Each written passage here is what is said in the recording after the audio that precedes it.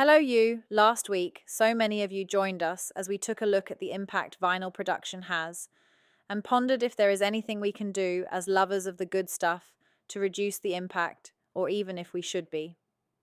Two things crossed the desk this week that were more than a little interesting: a disgusting flow pocket, and the idea that real listeners are more scarce than we think. Saving the flow pocket for next week, is it just us and you? Songs Brew editorial skedaddle and skip. There is a version of listening that is apparently so rare that hardly anyone is doing it. It's not the background streaming type, or accidentally hearing your fave song in the supermarket. It is the active sitting, sipping, relaxing one. No skipping or skidadling your way through it. Just the good old play button, phone face down, eyes closed, doing absolutely nothing else. It looks, to anyone watching, extremely unproductive. And as we run Weight of the Woods, Dermot Kennedy, for the 100th time, from top to tail, we don't believe it. We believe that those who are doing this, who are lovers of albums, simply enjoy it and don't feel the need to post, publish, wax lyrical, good vinyl pun, you're welcome, about it. That is just happening. We got to thinking, though, just because we're doing it now, is that our natural state of listening? Are we lying to ourselves because Dermot is soothing us today? But tomorrow we revert to the hyper consumer? But maybe that's the thing about real listening. When you're in it, you forget to ask yourself if you're doing it right. So be honest, this is a judgment free zone. Think about your last 10 listening sessions, or maybe you listen as we often do. You press play on your own playlists in the morning and work through them until you're finished for the day. So, your last 10, real ones, not those long all day things. Not something playing while you have three tabs open and a half read message on your phone. When did you last sit with something all the way through? No. No checking who texted mid song. We'll wait, because the industry has a fairly grim picture of what most listening looks like. Songs are front loaded with the hook now because Spotify punishes skips before 30 seconds. The platform shifted its algorithm in 2024 toward familiarity over discovery because familiar music keeps you on the app longer without requiring you to pay attention. 6,000 songs get uploaded every day. Most of them die before they hit 100 streams. And we tested that flow by creating a piece of terrible music and getting it published. The whole system is designed around your distraction. It assumes you are not listening, and for most people, it is correct. But real listening, it feels like this GIF looks.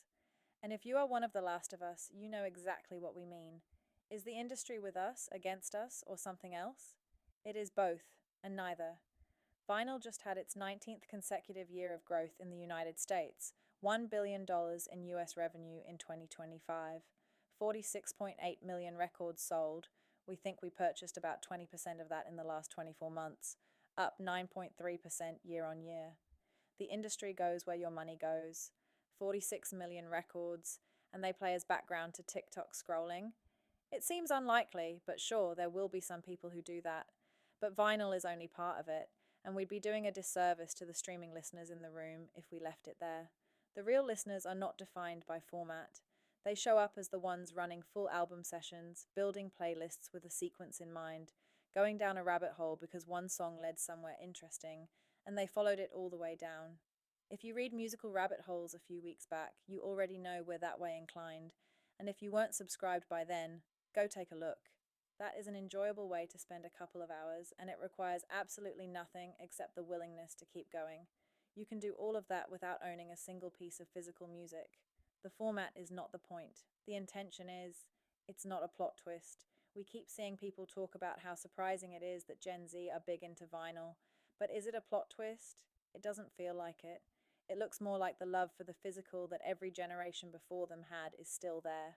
The 85-year-olds who play their favorite cassette tapes, the 63-year-old who is a stickler for a CD, and the Gen Z who spins the edges of a vinyl in their palms before putting on their turntable all have the same thing in common. They believe, know that the ritual is worth it. Nobody has to tell you these things have value. You either know it or you don't. 27% of all vinyl sales in 2024 were Gen Z. A decision with access to 100s of songs each person here chose to sit with between 12 to 18 instead of skipping through 12,000. It's not me, it's you. Here's the bit where the finger pointing starts. Sure, the industry is a big monster, designed to hold your ears and funnel stuff in there. A terrible visual, but the fault isn't entirely at their feet. Be honest. Are you actually a real listener, or are you just telling yourself you are? Because there is a very comfortable version of Music Lover that is mostly trends and wrapped screenshots. Plenty of 4,000 minute years made up almost entirely of background noise, mood playlists, and songs you genuinely cannot name by the end of the week. Top Artist of the Year, and you listen to 3 songs, never an album. Never that. Okay, maybe this one is a bit far. That counts as listening in the data, it does not count in here.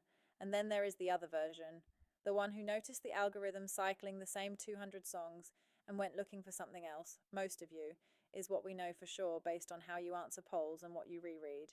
The one who built a playlist and actually used it as a playlist, not a skip fest or something to forget.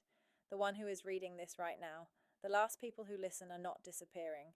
They are buying records faster than at any point in the last 40 years, running deep listening sessions on streaming platforms, keeping independent stores alive, going to gigs on Tuesday nights, and yes, opening newsletters about music because they genuinely care what happens to it beyond a surface level.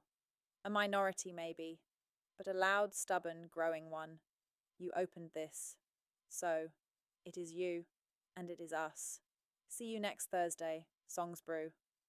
If you made it all the way to here, and we suspect you did, drop an album title or link in the comments.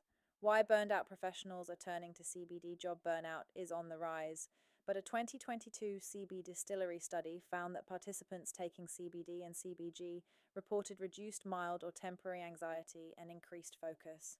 The leading brand for high-quality, lab-tested CBD solutions, CB Distillery, offers multiple formulas with CBD and CBG, and code FOCUS will save you 20% on this bundle. Stress less, focus more.